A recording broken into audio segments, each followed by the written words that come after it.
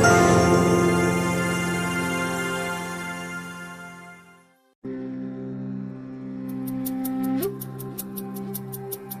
है smart class के YouTube channel पर। देखिए आज का जो टॉपिक है यह बात करने वाले हैं भारत का एक ऐसा सैटेलाइट जिसने विश्व इतिहास रच दिया था। यह सैटेलाइट था इसरो के द्वारा बनाया गया आर्यभट्ट का।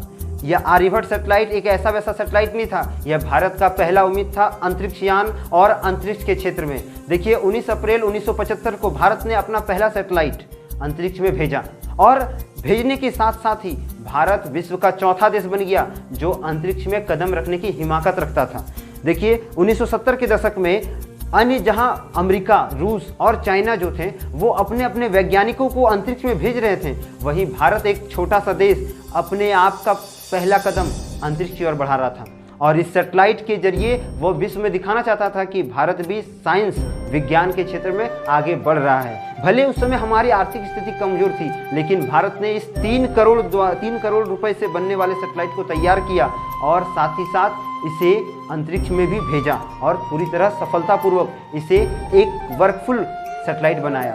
देखिए आर्यभट्ट का जो नाम था इसके पीछे बहुत सारा कारण है, बहुत सारे रहस्य हैं। कहा जाता है कि उस समय के इसरो के जो मुख्य अध्यक्ष थे उन्होंने 3 नामों का चयन किया था और इंदिरा गांधी जो हमारे तत्कालिक प्रधानमंत्री थी उन्हें 3 नामों के लिए भेजा था, जिसमें पहला नाम था मैत्री, दूसरा नाम था जवाहर और तीसरा नाम था आर्यभट्ट। जिसमें इंदिरा गांधी ने निष्पक्ष होते हुए सीधा कहा कि इस सैटेलाइट का नाम आर्यभट्ट रहना चाहिए। अब यहाँ आर्यभट्ट के बारे में हम लोग थोड़ा जान लेते हैं। आर्यभट्ट थे कौन? देखिए आपको भी पता होगा कि आर्यभट्ट एक बहुत बड़े खगोल शास्त्री थे। इन्होंने शून्य का निर्माण किया था। साथ ही साथ यही वो व्यक्ति थे जिन्होंने पाई का मान, जो रियल मान होता है 3.1416 का पूरा आकलन किया था और आज पूरा विश्व इस शून्य और इस पाई के बदौलत चल रहा है। हमें ये गर्व होना चाहिए कि हम उस देश के वासी हैं, उस देश में पैदा हुए हैं जहां आर्यभट्ट जैसे कीर्तिमान व्यक्तियों का जन्म हुआ है। देखिए इस सैटेलाइट के लिए रसिया के साथ या बोल सकते हैं सोवियत संघ के साथ 1972 में एक समझौता हुआ, जिसके तहत सोवियत संघ हमारी मदद करता, लेकिन उससे उसको भी कुछ फ़ायदा होना चाहिए था। यह फ़ायदा पैसों के रूप में नहीं था, यह फ़ायदा था कि सोवियत संघ युद्ध के दौरान अगर कभी उनके साथ कोई युद्ध होता है तो इस युद्ध के दौरान वो भारत के बंदरगाहों का खुलकर उपयोग करेगा और भारत ने इसमें हाँ भर दी और पूरी तरह सोवियत संघ के पक्ष में जाकर के हस्ताक्षर किया। इस सैटेलाइट का पूरा खर्च 3 करोड़ रुपए था। साथ ही साथ यह सैटेलाइट का कुल वजन 360 केजी था। यह सैटेलाइट 45 वाट का जो बिजली उत्पन्न करती थी, क्योंकि इसके द्वारा ही यह सैटेलाइट चलता था। 1981 तक यह सैटेलाइट भारत के इसरो कंट्रोल रूम के संपर्क में रहा। उसके बाद यह सैटेलाइट पूरी तरह वर्कफुल हो गया। अंतिम बार इसे 11 फरवरी 1992 में देखा गया था पृथ्वी की कक्षा में। साथ ही साथ इस सैटेलाइट के बारे में यह भी कहा जाता है कि 4 दिनों तक यह सैटेलाइट जब अंतरिक्ष में घूमता रहा तो ये 4 दिनों तक कोई वर्क नहीं कर रहा था। 5वां दिन इस सैटेलाइट ने सिग्नल भेजा और यह सिग्नल जो था वो भारत के इसरो सेंटर में आया। इंडियन स्पेस रिसर्च ऑर्गेनाइजेशन जो इसरो का फुल फॉर्म होता है, इसका बहुत बड़ा बोलबाला आज है पूरे विश्व में, क्योंकि जहां पर नासा और चाइना की और रसिया के स्पेस रिसर्च ऑर्गेनाइजेशंस काम कर रहे हैं, वहीं इसरो ही एक पहला ऐसा देश था जिसने चांद पर पानी होने का खबर पूरी दुनिया को दिया।